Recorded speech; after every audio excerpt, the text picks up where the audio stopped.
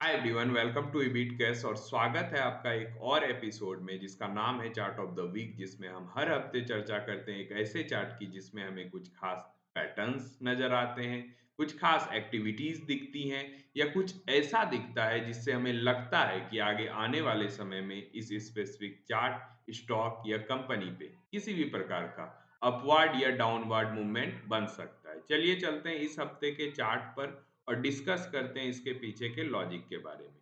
आपके सामने जो चार्ट है वो जीई शिपिंग यानी ग्रेट ईस्टर्न शिपिंग कंपनी का है।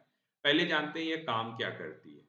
ये कंटेनर्स को यानी कि हमारा सबसे बड़ा जो इंपोर्ट और एक्सपोर्ट का बिजनेस होता है, यानी सामान वस्तुएं जो एक देश से दूसरे देश बेची जाती हैं या वहां से खरीदी जाती हैं, वो पानी के जहाज के थ्रू ही ट्रांसपोर्ट होती है।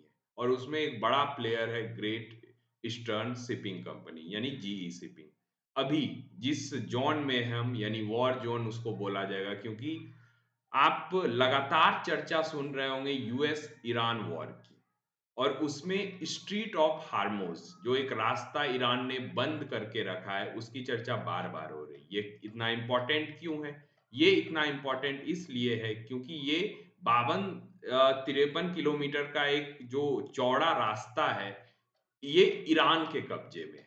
यानी अगर वो वहां ट्रांसपोर्ट को रोक देता है, शिप्स को रोक देता है, तो ये जो खेप गैस का और तेल का एशिया में आता है चाइना को छोड़ के, क्योंकि चाइना के लिए सारे रूट्स खुले हुए हैं, वो बंद हो जाता है। और हमारी डिपेंडेंसी ऑयल और गैस को लेके लगभग पूरी तरीके से गल्फ कंट्रीज पे है या फिर और सब देशों से हम खरीदते हैं। तो जब वो रूट बंद होगा तो हम अपने देश आयात नहीं कर सकते तेल और गैस को, जिससे हमारे यहाँ डिफिशियंसी पैदा होगी। और जैसा कि आप जानते हैं ये दोनों निहायत जरूरी चीजें हैं। अगर इन दोनों में किसी भी तरह का कमी आया यानी खपत ज्यादा हो गई और फिर इसका स्टॉक कम हुआ, तो एक इकोनॉमिक कोलैप्स जैसी स्थिति आएगी, क्योंकि सब कुछ रुक जाएगा, क्योंकि ऊर्जा के बिना हम कुछ भी नहीं कर सकते। तो ये जो पूरा प्रोस्पेक्ट है, इसी समय आप देखेंगे कि जीई शिपिंग पे एक ब्रेकआउट स्टेब्लिश हुआ है।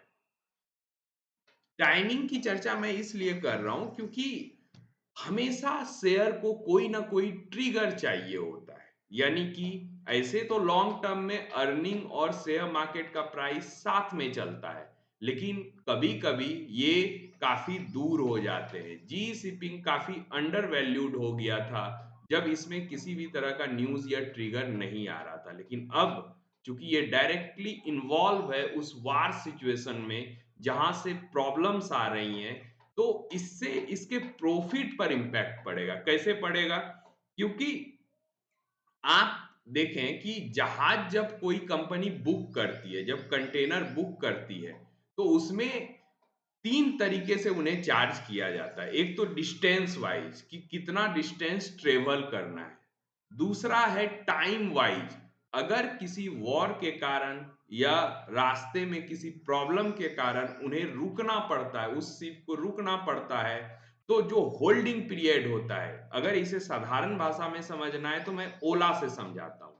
ओला जब आप बुक करते हो किसी टैक्सी को या आप ऑटो बुक करते हो, तो आप पाते हो डिस्टेंस का तो वो पैसा लेता ही लेता है, लेकिन अगर बीच रास्ते में आपको कहीं 15 मिनट स्टे करना है कि भैया हम पॉइंट ए से पॉइंट बी जाना चाहते हैं, लेकिन बीच में हम कहीं रुकेंगे, 15 मिनट हमारा काम है, तो वो 15 मिनट के वेटिंग चार्ज भी ऐड करता है। तो ठीक उसी तरह जीई शिपिंग जैसी कंपनी अभी रुकी हुई है, यानी कि कुछ शिप्स इसके स्ट्रीट ऑफ हार्मोज के उस तरफ हैं जो इंतजार कर रही हैं कि कब रास्ता खुलेगा और वो भारत की तरफ आएंगी या किसी और दूसरे देश के तरफ जाएंगी। तो ये जो वेटिंग पीरियड का चार्ज है, इसमें उनका खर्च तो कुछ ज्यादा नहीं होता, क्योंकि ईंधन नहीं जलता है। जब तक जहाज पूरी कैपेसिटी से चलेगा नहीं तो ईंधन नहीं जलेगा। ईंधन नहीं जलते हुए भी वो चार्ज करेंगे, और जिस हिसाब से इनकी डोमिनेंसी है, तो इस क्वार्टर यहाँ पे प्रॉफिट बढ़ता हुआ दिखेगा। और पहले से ही ये शेयर अंडर वैल्यूड था। चार्ट पे हमें यहाँ ब्रेकआउट आता दिख रहा है। यहाँ कॉन्शस होने वाली चीज क्या है? एक ही चीज़ है क्योंकि हम एक बड़े रैली से आ रहे हैं, 1000 से सीधे हम पहुँचे 1500 के रेंज में, तो यहाँ थोड़ा कंसोलिडेट करेगा, लेकिन यहाँ से एक नया चैप्टर जीई शिपिंग का एक नया मूवमेंट शुरू होने की पूरी संभावना दिखती है। हमारे लिए जीई शिपिंग में क्या है, जो लॉन्ग टर्म इन्वेस्टर हैं, वो थोड़ा प्राइस करेक्शन का इंतज़ार करें। हम 13, 14, 1500 के आस-पास इसे धीरे-धीरे एक्युमुलेट कर सकते हैं और जो स्विंग वाले हैं, वो भी करेक्शन का वेट करेंगे। अगर यहाँ पे 10-15 कैंडल वीकली बेसिस पे बात कर रहा हूँ, 10-15 को नहीं भी आप लेंगे तो कम से कम 5 कैंडल्स का अगर कंसोलिडेशन होता है, उसके बाद कोई ब्रेकआउट आता है, तो हम जीई शिपिंग में शॉर्ट टर्म के लिए एंट्री कर सकते हैं। हमेशा की तरह के डिस्क्लेमर, अगर आपको जीई शिपिंग में किसी भी तरह का ट्रेडिंग या इन्वेस्टिंग बेट लेना हो तो अपने फाइनेंशियल एडवाइजर की राय जरूर ले लें। मिलते हैं नेक्स्ट हफ्ते नए चार्ट ऑफ द वीक के साथ। तब तक के लिए सारे लोगों को बाय।